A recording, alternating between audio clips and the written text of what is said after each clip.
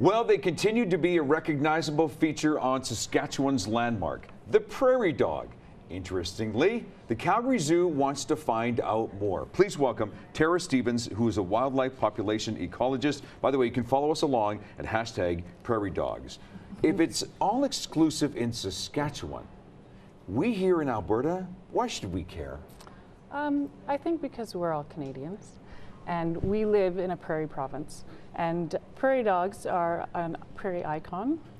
They're emblematic of the prairie ecosystem, and grasslands and ecosystems are one of the most endangered ecosystems in the world. Is it true over the last 5 months you've been doing this research in southern Saskatchewan?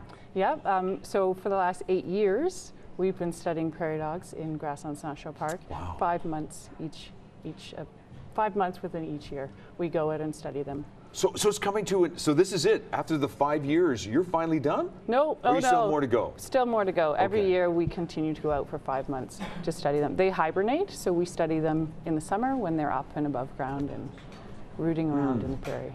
Do we have at the Calgary Zoo prairie dogs? We do. Okay. We do have prairie dogs. I highly encourage you to go see them. They should still be up now. They haven't gone into hibernation yet. They are very, very social species, so they're like us. They have very complex language. They kiss each other. Oh, come on. Oh, yeah. A complex language? Complex language. Okay. Yeah. Yeah. They can identify different species of predators. For humans, they can identify that you're human, if you are tall or short, if you are fat or thin, and what color of clothing you're wearing. Oh, come on. Yeah. You sound like Dr. Doolittle. Yeah, they're pretty amazing. Have you ever tried to replicate some of the sounds of a prairie dog to see if it actually works?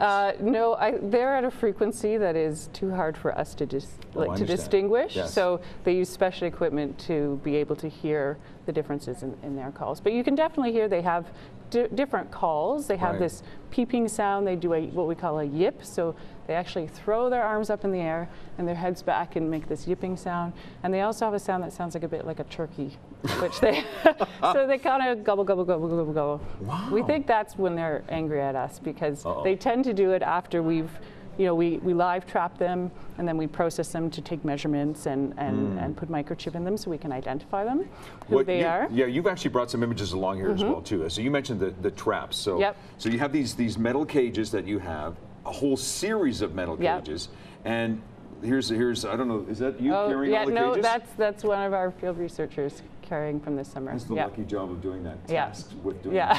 that. And so you find an area, I'm guessing some farmer's field somewhere. Well, with it, all prairie dogs live within and around Grasslands National Park, and because they're so social, they live in very distinct colonies. So you could see, when you look out on the prairie, you can see where there's a prairie dog colony. So we go to the colony, we lay out a trap grid, and we bait all the traps with peanut butter and oats, because they love peanut butter.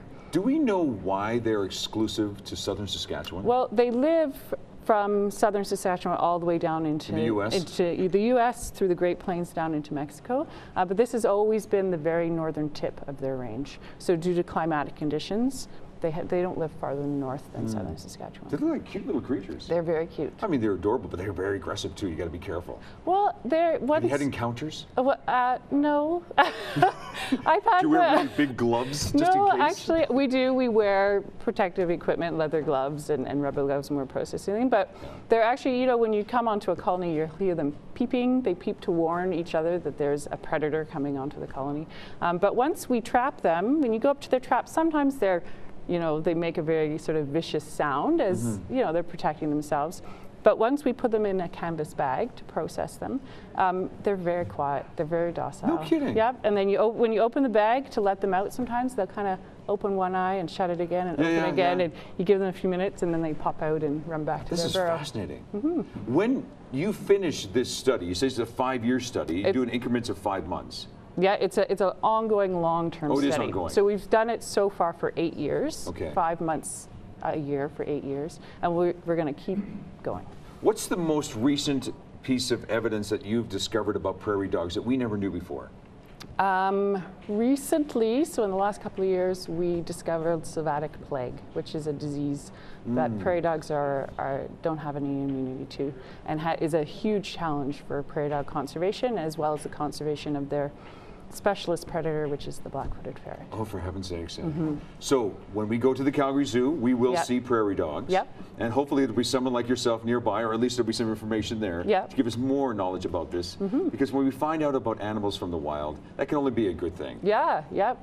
There's lots to be learned about animals in the wild, and prairie dogs are especially interesting. Oh, I love the fact that you're doing this work. This is fascinating. By the way, www.calgaryzoo.com. You can always find information about Tara and her work and all the stuff that is being done as well too. Great to have you in. Thank you. Thank you very much. Tara is with the Calgary Zoo, wildlife population ecologist. And there's lots of things that are happening in and around our city, including this Sunday. It's the Jewish Fair Trade Festival.